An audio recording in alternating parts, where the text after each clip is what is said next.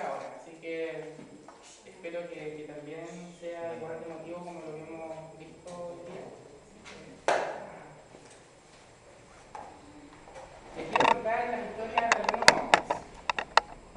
Por ejemplo, un hombre que era empresario comenzó una empresa que estaba produciendo un cierto tipo de producto que no les voy a decir de inmediato.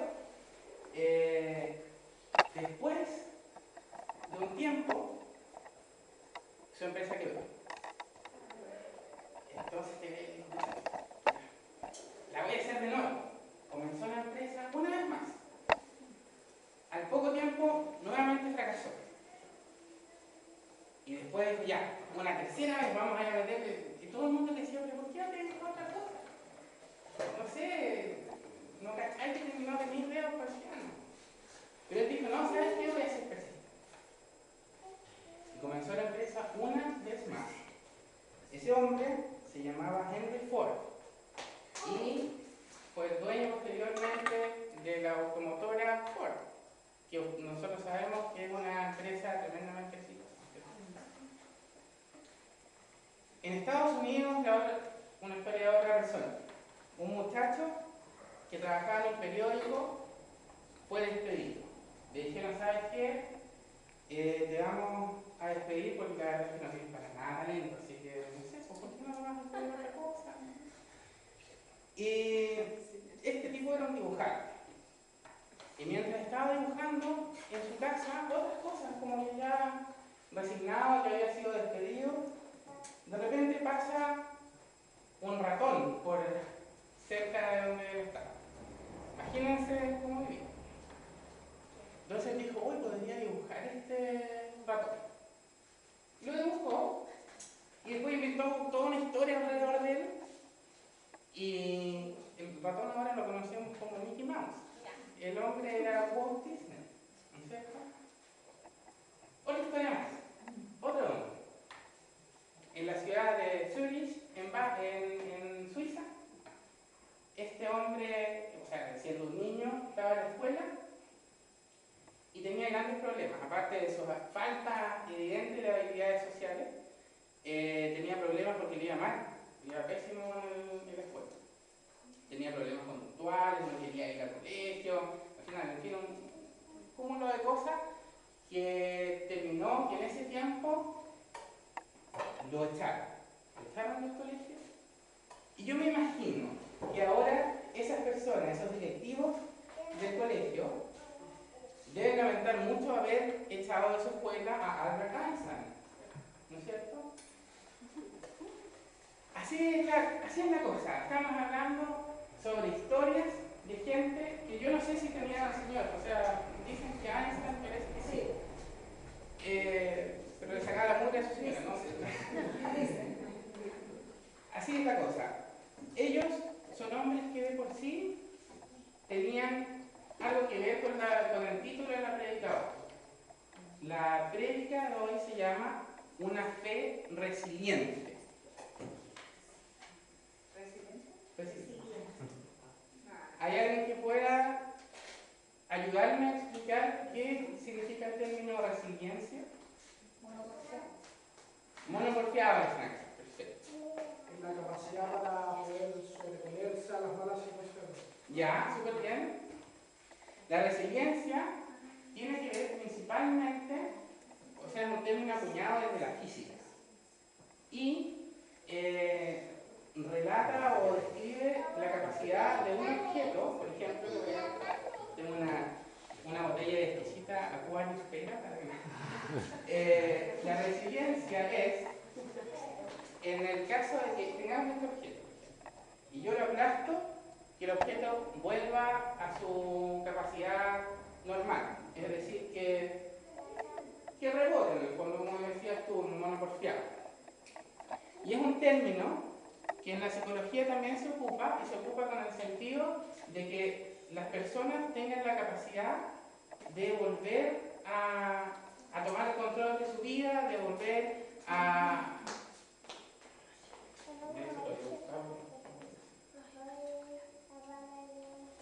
según la psicología, resiliencia es la capacidad de las personas o grupos de sobreponerse del dolor emocional para continuar con su vida. Y en la Biblia tenemos historias de gente resiliente, ¿no? ¿Qué dicen ustedes? Sí. ¿Me pueden dar un ejemplo? José. ¿Ya? José, Job, ¿ya? Súper bien, Job. Que es el mismo que vos que yo. Así que, ¿alguno más? Daniel, ya, fantástico. Entonces, le voy a comenzar a contar sobre la historia de otro hombre exitoso, que sí sabemos que sí tenía el Señor. Job, como decía la Biblia. Job era un hombre exitoso, ¿no es cierto? O sea, si es que podemos hablar de alguien exitoso, ese era Job. Él era un magnate. En la Biblia relata que tenía 7.000 ovejas, que tenía, de hecho, da como muchos números en particular,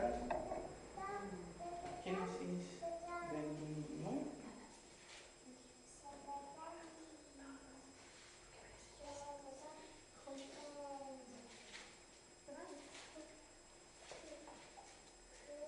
Bueno, la cosa es que era muy... Ya, 7.000 ovejas, ¿qué significa eso hoy? O sea, es como que alguien dijera que una persona tiene una flota de 7.000 Audis, ¿me entiendes? No, una oveja no era lo que significa ahora, un Audi es un auto carísimo. Así que, una persona muy, muy rica. O sea, cuando Job iba de vacaciones, él no iba allá, ¿me entiendes? No iba a conocer La Serena, contextualizándonos nosotros. Él se daba una vuelta al mundo, le daba lo mismo y tenía hijos que también, si no eran millonarios, eran personas muy, muy ricas, ¿cierto? Pero este hombre, dice la Biblia, que en un momento aconteció que un día que sus hijos y hijas estaban comiendo y bebiendo en la casa del hermano mayor. Y vino un mensajero joven y le dijo, los bueyes estaban arando y las asnas paciendo junto a ellos. Y los sabeos atacaron y se los llevaron. También mataron a los criados a filo y espada. Solo yo escapé para contarlo, le dice el mayordomo. Mientras estaba este hablando, vino otro y le dijo, fuego de Dios cayó del cielo y quemó a las ovejas y a los criados, y los consumió. Solo yo escapé para contarlo. Mientras estaba este hablando, vino otro más y dijo, tus hijos y tus hijas estaban comiendo y bebiendo vino en la casa de su hermano mayor. Y aquí que vino un gran viento del otro lado del desierto y azotó las 4 esquinas de la casa. Y ésta cayó sobre los jóvenes y murieron. Solo yo escapé para contarlo. Entonces Job se levantó, rasgó su manto y se rasuró la cabeza y postrándose en la tierra adoró. Y dijo, desnudo salí del vientre de mi madre y desnudo volveré a ella. El Señor dio y el Señor quitó. Bendito sea el nombre del Señor. En todo esto, Job no pecó ni culpó a Dios. ¿Cómo estarían con una semanita así? ¿Cómo la dejó? O sea, no sé si es que efectivamente habrá pasado todo esto en un lapso de una semana, un día, no sé. Pero en el fondo este hombre se quedó sin nada. Y como él dice, el Señor dio y el Señor quitó. Y no estamos hablando solo de cosas materiales, yo creo que eso es lo más macabro de todo, ¿no es cierto? Que él estaba perdiendo a sus seres queridos, a sus hijos, él tenía 10 hijos, en ese tiempo el tener una gran descendencia era también una muestra de bendición. Entonces podemos ver a este hombre y lo conocemos, nos encontramos con él en la peor semana de su vida. Y eso yo creo que también nos pasa a nosotros, o sea, muchas veces cuando uno llega a Cristo es todo guau, y empiezan las profecías y aquí y allá, y qué vas a hacer, y que más o menos que pensamos que vamos a ir del culto y vamos a ir a los estadios a predicar, ¿no es cierto? Yo creo que a muchos nos ha pasado. ¿Y qué pasa si es que siendo cristianos nos toca una semanita muy mal? O quizás menos. Es difícil, ¿no es cierto?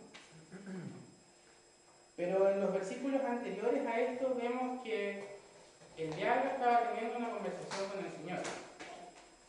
Y le dice, oye, ¿sabéis qué? Pues es que Job, él ya está bien que sea un buen cabro, pero el tema es que él te adora y está contigo porque tú lo tienes, no. Y el Señor dice, mira, la verdad es que no es por eso, yo le doy a Job porque él es mi amigo en el fondo, es porque él es una persona de acuerdo a lo que yo espero en alguien. Y si le quito todo, ¿qué va a pasar? Entonces vemos en esto que la crisis que le atañe a Job está bajo el control de Dios, que todo, ¿cierto? Está también por Dios presupuestado, porque Él dice, bueno, voy a poner una balanza, si es que le quito las cosas a Job que Él le llaman tanto la atención, o si es que lo sigo bendiciendo ya tan descaradamente como lo estaba haciendo hasta ese momento. También podemos ver que la prueba de Job está bajo el poder de Dios, ¿no es cierto? Lo otro súper importante es que tiene un límite, y ese límite no lo pone el diablo, lo pone el Señor. Porque Él le dice, tú puedes quitarle todo, menos su vida.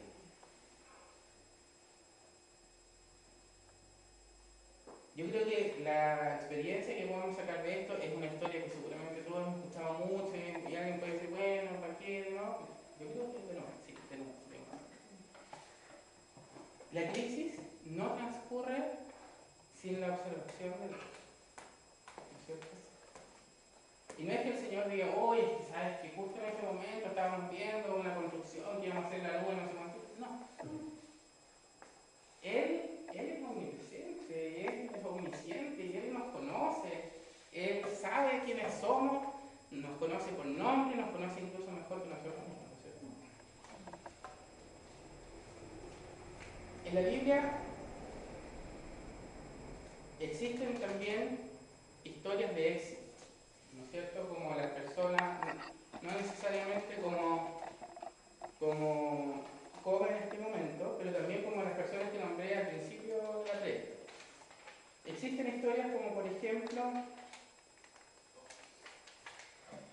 de gente que empezó, o sea, que volvió a empezar, como por ejemplo Moisés, ¿no es cierto? Moisés, ustedes todos saben que era un asesino,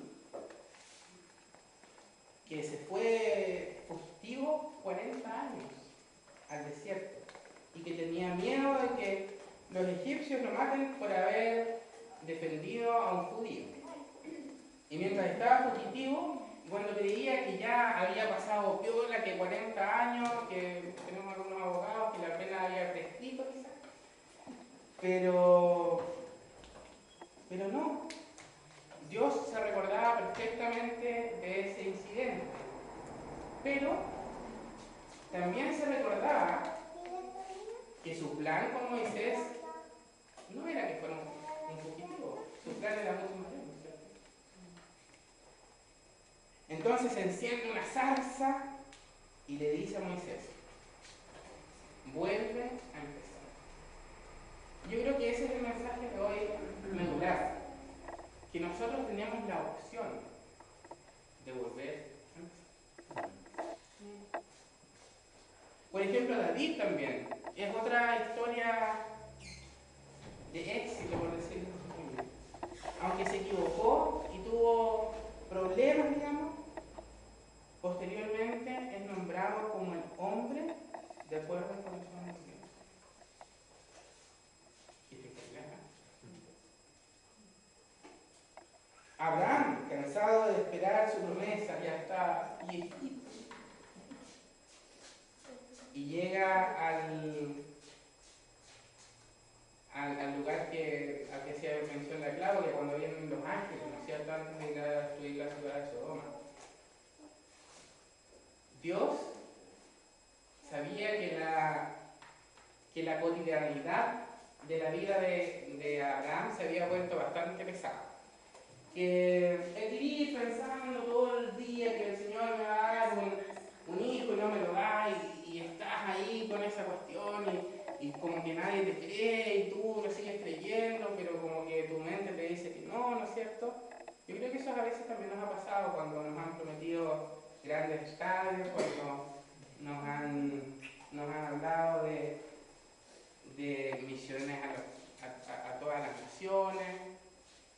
Y la verdad es que tenemos que volver el día lunes, después de haber ido al culto, a un trabajo que quizás no nos gusta, con un jefe que quizás no nos es para nada la bendición.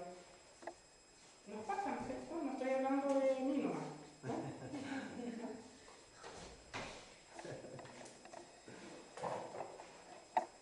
Así estaba Abraham. Estaba esperando la promesa. Y se encuentra con estos ángeles y el Señor mismo que va y nada menos que almuerzan con él. ¿No es cierto? El Señor le da nuevamente la palabra de aliento y le dice, ¿sabes qué? Tu esposa va a tener un hijo. Y Sara, o sea, loco, yo tengo como ¿cuántos años? Así es como nosotros sabemos también al final de la historia, ¿no es cierto?, que Abraham fue un hombre tremendamente bendito y que todas las cosas que se le prometieron se requete cumplieron, ¿no es cierto? Pero la verdad es que cuando estamos en medio de la crisis y de la prueba, fácilmente nos olvidamos de esas cosas e incluso de nuestros propios éxitos con el Señor y sacamos un cartelito que nos dice, ah, ¿viste? Eso era lo que pasaba. Estoy totalmente solo. O Dios me va a abandonar. ¿No es cierto? La idea de darles estos ejemplos es que cuando en algún momento estemos en una crisis, podamos tener el coraje de ver las cosas de manera diferente. Y aunque todas nuestras cámaras, las células de nuestro cuerpo nos digan Dios no existe o Dios te dejó, podamos pararnos conscientemente y decir, ¿sabes qué? Yo confío en otro Dios. No que está en mi mente y que me tira para abajo.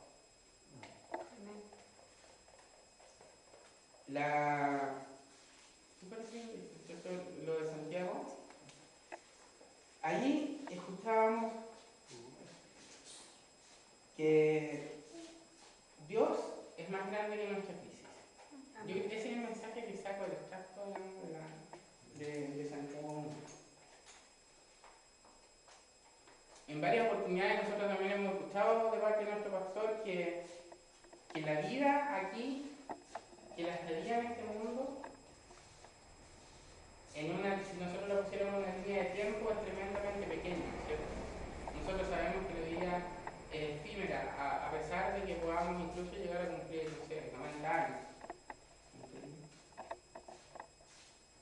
El momento que nosotros comenzamos con nuestra vida y termina nuestra vida no se limita solamente a un mero paso por la tierra, sino que nuestros inicios comenzaron mucho antes que el nacimiento y nuestro término también va a seguir eternamente. Es como cuando ponemos una casa, ¿no es cierto? La casa es un edificio, el cual lo podemos mirar, habitar en él, pero esta casa no se comenzó cuando la construcción ya estaba lista, o sea, cuando ya está la puerta y el timbre y todo, sino que la construcción de la casa comenzó mucho antes. Comienza con una idea, comienza con la idea de un arquitecto, de un constructor civil, etc. Él quiere construir la casa. Y quien la quiera construir primero tiene que tener planes, porque no puedes llegar y con un montón de materiales y dejarlos todos arrumados y como ya esperar que la casa se haga sola, porque no va a pasar. ¿No? Así es también con nuestra vida. Ella comienza en la cabeza de nuestro creador.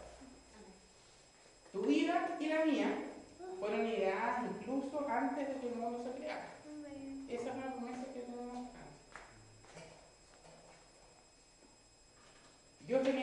plan para tu vida antes que incluso que el mundo existiera y que cualquiera de nosotros fuera un proyecto en la vida de nuestros padres.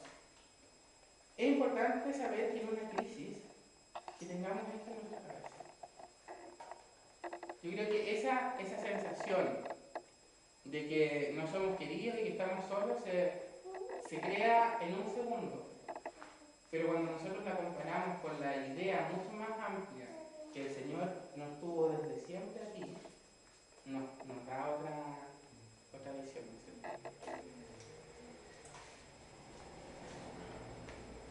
El contexto de nuestra vida, por lo demás, es mucho más grande que un periodo de tiempo determinado. Lo otro que es importante es que yo encuentre mi lugar como persona. Tenemos que tener claro cuál es nuestro lugar en el plan de Dios, ¿no es cierto? Porque si es que yo entendiera absolutamente todo lo que Dios piensa y hace, Él ya no sería Dios. Sería quizás un amigo, sería quizás un super compañero, una persona súper simpática, pero no sería Dios. Si yo entendiera absolutamente todo lo que me pasa en mi vida,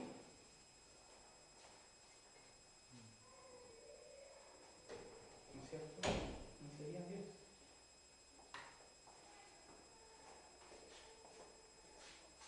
Una de las cualidades más importantes de Dios es que es más grande que nosotros. En 1 Corintios 1:25 dice: porque la necedad de Dios es más sabia que la de los hombres, y la debilidad de Dios es más fuerte que la de los hombres.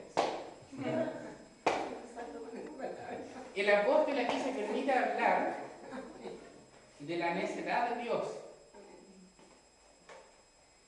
Lo que nos parece, a mí me parece extraño que hable de la necedad de Dios, porque ¿qué es eso? O sea, Dios no es necio. Pero aún así, dice el apóstol, si es que Dios se permitiera ser necio, sería 10.000 veces más inteligente que nosotros. ¿O no?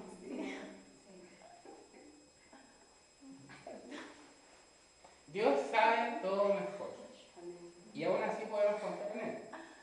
Mi lugar como persona, en el fondo, no es enjuiciar a Dios, sino que creer en todo, que Él tiene un plan para mí. Esa es mi labor. Ahora, si nos salimos de nuestra labor y empezamos al otro tema, bueno, para aquí vamos a hablar de los resultados.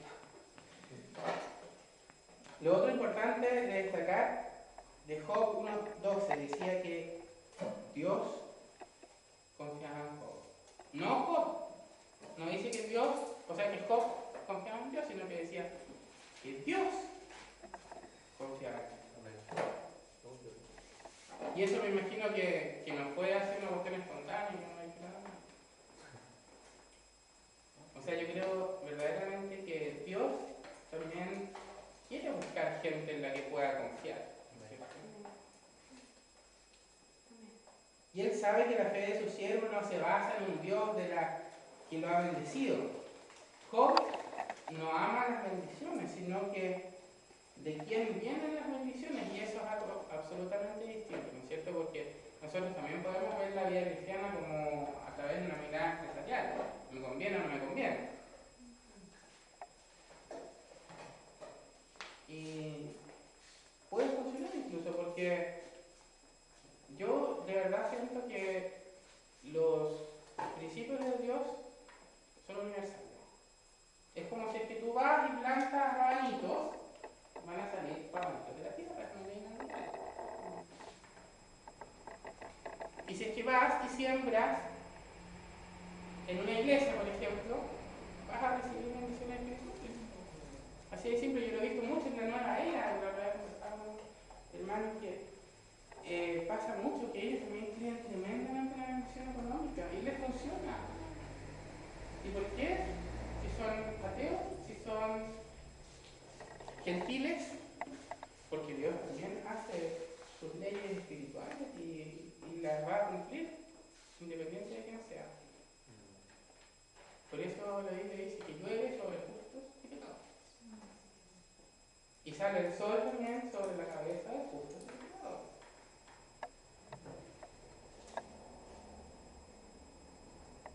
Nuestra vida es un periodo pequeñísimo de tiempo, y si lo comparamos con la eternidad, nuestras dificultades se quedan pequeñitas, ¿no es cierto? Otro punto importante es que Dios es parte de la crisis. Nosotros no sufrimos solos, tenemos la oportunidad de que Él también tome un lugar en el proceso de sanación.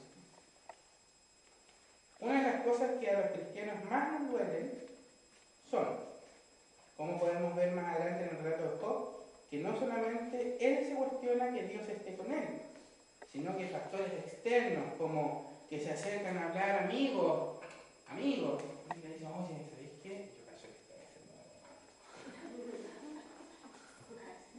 Quizás cometiste algún pecado, o quizás Dios te abandonó, ¿no es cierto? Esos súper amigos que choro tenerlos, ¿no es cierto? Llegan y te dicen todas esas cosas, ¿no es cierto? Pero Job sufría de una manera diferente. Él sufría con Dios. Hay una enorme diferencia entre estar sufriendo solo con nadie. Dios quiere sufrir con nosotros, quizás es su forma. En Isaías 43 dice, cuando pases por las aguas, yo estaré contigo. Y si por los ríos, no te anegará. Cuando pases por el fuego, no te quemarás, ni la llama te abrazará. Porque yo soy el Señor tu Dios, el Santo de Israel, tu Salvador. He dado a Egipto por tu rescate, y a Cus y a Seba en lugar tuyo, ya que eres precioso a mis ojos, digno de honra, y yo te amo. Y te daré a ti otros hombres en lugar tuyo, y a otros pueblos por tu vida. Suena como un Dios involucrado, ¿no es cierto? Y después termina, no temas, porque yo estoy contigo. Ese es el Dios que está contigo cuando tienes problemas, cuando estás en dificultades, cuando tu mente no te deja pensar. Y yo, esta medida, primero que todo, es para uno. Cuando uno predica siempre es así. Porque cuando nosotros pasamos por dificultades, es fácil olvidarse de todas esas palabras. ¿Qué podemos hacer en una crisis? En la Biblia dice que primero podemos ser totalmente sinceros con Dios. O sea, no le dice textual, pero si leemos el Salmo 88 nos vamos a dar cuenta que uno puede llorar, pelear, patear, discutir. Que son todas cosas plasmadas en el Salmo 88. En toda crisis también podemos llamar a Dios, preguntarle claramente a Él, ¿qué es lo que piensa del problema? Como fue él que se sentó con Abraham a almorzar, ¿por qué no lo puede hacer con nosotros? Si a Juan le puede decir que está correcto en su carrera, ¿por qué no lo puede decir, no es cierto? Me parece fantástico todo esto. Hay crisis que no solo duran días, ¿no es cierto?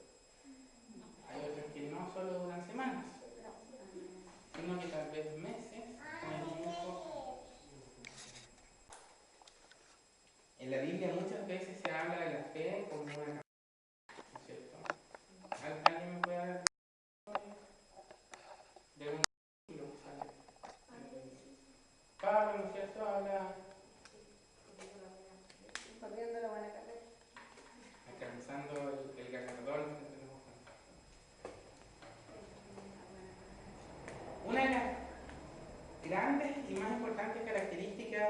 de la gente que quiere correr una carrera es que tiene que enfrentar la falta de perseverancia, ¿no es cierto?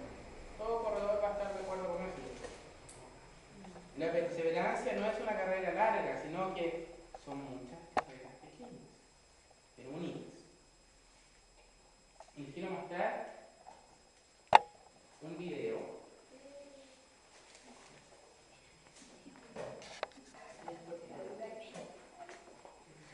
Mejor que nosotros. ¿Tienes una derrota planeada para el viernes, Brock? Pues no sé, pudiéramos anunciarlos. Ven aquí, Brock. Y tú, Jeremy. ¿Qué? ¿Estoy en problema? Aún no. Quiero que hagas el gateo otra vez, pero quiero que ahora lo hagas mejor. ¿Qué? ¿Quiere que llegue a las 30? Puedes llegar a las 50. ¿Las 50? Llegaré a las 50 sin nadie en mi espalda. Lo harás con Jeremy en la espalda, pero aunque no puedas, debes prometerme que darás con Cole. Hecho. Prometido, Brock, avanza, ¿me escuchas? Avanza, va bien, sigue avanzando. No te des por vencido, avanza, avanza. Duele, ya sé que duele, pero avanza, solo avanza. Entrégame el corazón. 30 pasos más, solo avanza, Brock. ¿Qué esperas? Avanza. ¡Calma! ¡Deja que quede! ¡El corazón duele! ¡Dale corazón! ¡Solo avanza, Brock! ¡Tú puedes! ¡Tú puedes! ¡Avanza! ¡El problema es mejor! ¡Lo mejor! ¡No te detengas! ¡Avanza! ¡No es tan duro! ¡Solo avanza! ¡Tú puedes, Brock! ¡Dame más! ¡Dame más! ¡Avanza! ¡20 pasos más! ¡20 más! ¡Avanza, Brock! ¡Dame lo mejor! ¡No te rindas! ¡No! ¡Avanza! ¡Avanza! ¡Avanza! ¡No te rindas! ¡No te rindas! ¡No te rindas! ¡Brocker, no te rindas! ¡Solo avanza! ¡Solo avanza! ¡No te rindas, Brock!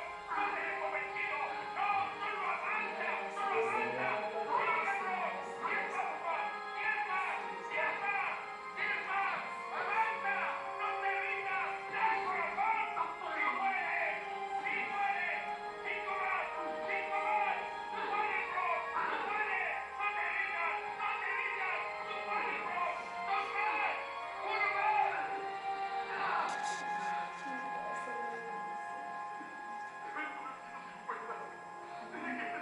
Estoy seguro.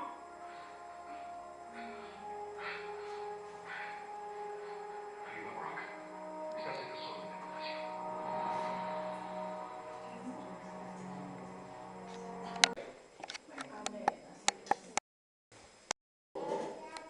Yo creo que nosotros también podemos pensar así, ¿no es cierto? Podemos de verdad dejar que nos guíe, a pesar de que no veamos cuál es la meta o qué es el propósito más amplio que tiene Dios para nosotros. Podemos dejar que la voz del entrenador nos guíe y escucharlo y simplemente seguirlo porque lo conocemos, porque confiamos en él.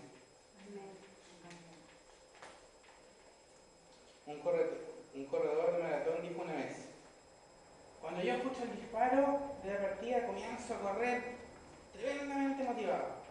Es como si el aplauso solamente de la gente te cargara los primeros 5 kilómetros. De más está decir que correr una maratón significa correr 42 kilómetros. No, no. Es por esto, como si fuera corriendo por las nubes.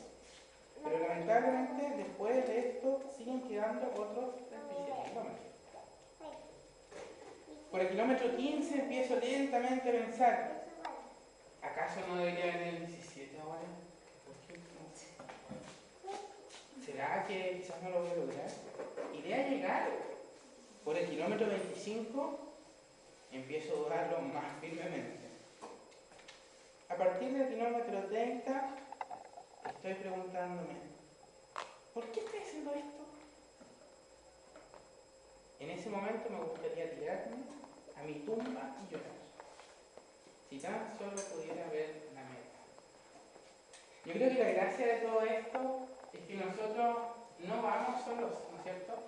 Y que estamos con el entrenador ahí al oído diciendo: ¿sabes qué? Tú puedes más, tú puedes más. Y este chico, habían en la película que se llama Enfrentando Gigantes, habían hecho anteriormente, unos segundos atrás, ese ejercicio. Y estaban todos así, entre que medio leseando y que no sé, y no hicieron más de 20 yardas, ¿no es cierto? Yo no sé cuántas yardas tiene un campo de rugby, de fútbol americano. Pero la cosa es que él decía, ya, si me esfuerzo mucho, a todo reventar, llego a las 50, eso que era un guau. Pero porque el entrenador estaba ahí y le seguía diciendo, vamos, tú puedes. Él cruzó todo el campo.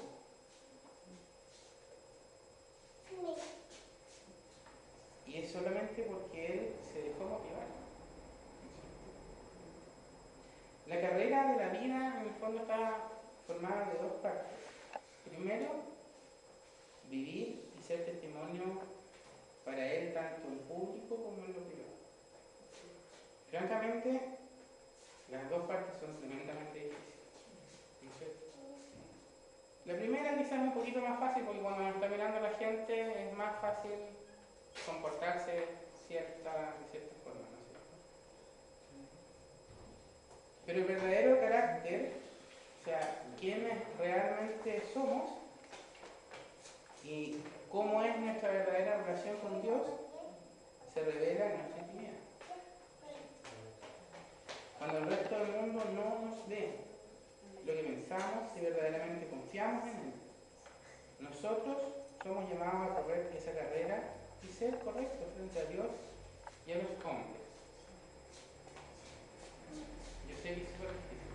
A mí me ha costado mucho en este último tiempo porque me ha pasado que viví un poco más tarde que quizás alguno de ustedes el estar inmerso en el mundo y estar lleno de inconversos, o sea, rodeado de inconversos. La segunda parte de la carrera es el rol individual que Dios tiene para nosotros. Dios ha puesto dones en nosotros, ¿no es cierto? Yo creo que nadie puede negar eso. Cosas que Él quiere que nosotros usemos para darle la gloria a Él. Dios nos ha marcado una ruta que es necesario que sigamos. Y asimismo, como en nuestras vidas privadas, tenemos que llevarlas a la práctica en público. Usarlas para el resto. Cada uno de nosotros tiene asignaciones específicas que hacer. Ninguno de nosotros es un accidente. Somos queridos por Dios y elegidos para restaurar una generación que necesita a gritos ser restaurada. Y si ya estás en la carrera y vas como por el kilómetro 25, 30, quiero motivarte para que tomes la decisión de volver a empezar, de no abandonar la carrera, de tomar la decisión de no parar a la mitad, porque esta es una carrera que sí vale la pena correr. Yo no sé qué es lo que has vivido tú, ¿no es cierto? Pero quiero decirte que Dios quiere utilizar también ese camino que has recorrido para que puedas tomarle la mano a otros y ayudarles a dirigirlos a la meta, ser como ese entrenador. A veces tenemos la impresión de que el diablo se ha ensañado con nosotros, que estamos en el piso sin poder levantarnos. Y no somos los únicos. Hay muchas personas que se sienten igual. Y está bien reconocerlo y buscar ayuda. Está bien reconocer que nuestras fuerzas se acaban. Y necesitamos que nos tomen de la mano para que nos lleven un pedacito. Lamentablemente muchas personas no reaccionan así. Hay personas que cuando se encuentran en dificultades tiran la toalla y dejan que el diablo gane y se quedan tirados en el piso. El correr la carrera con Dios no nos promete que nunca nos vamos a cansar, pero sí nos promete que pase lo que pase en tu vida, no es gratuito. Hay algo más. Estamos siendo entrenados por el mejor entrenador. Y Él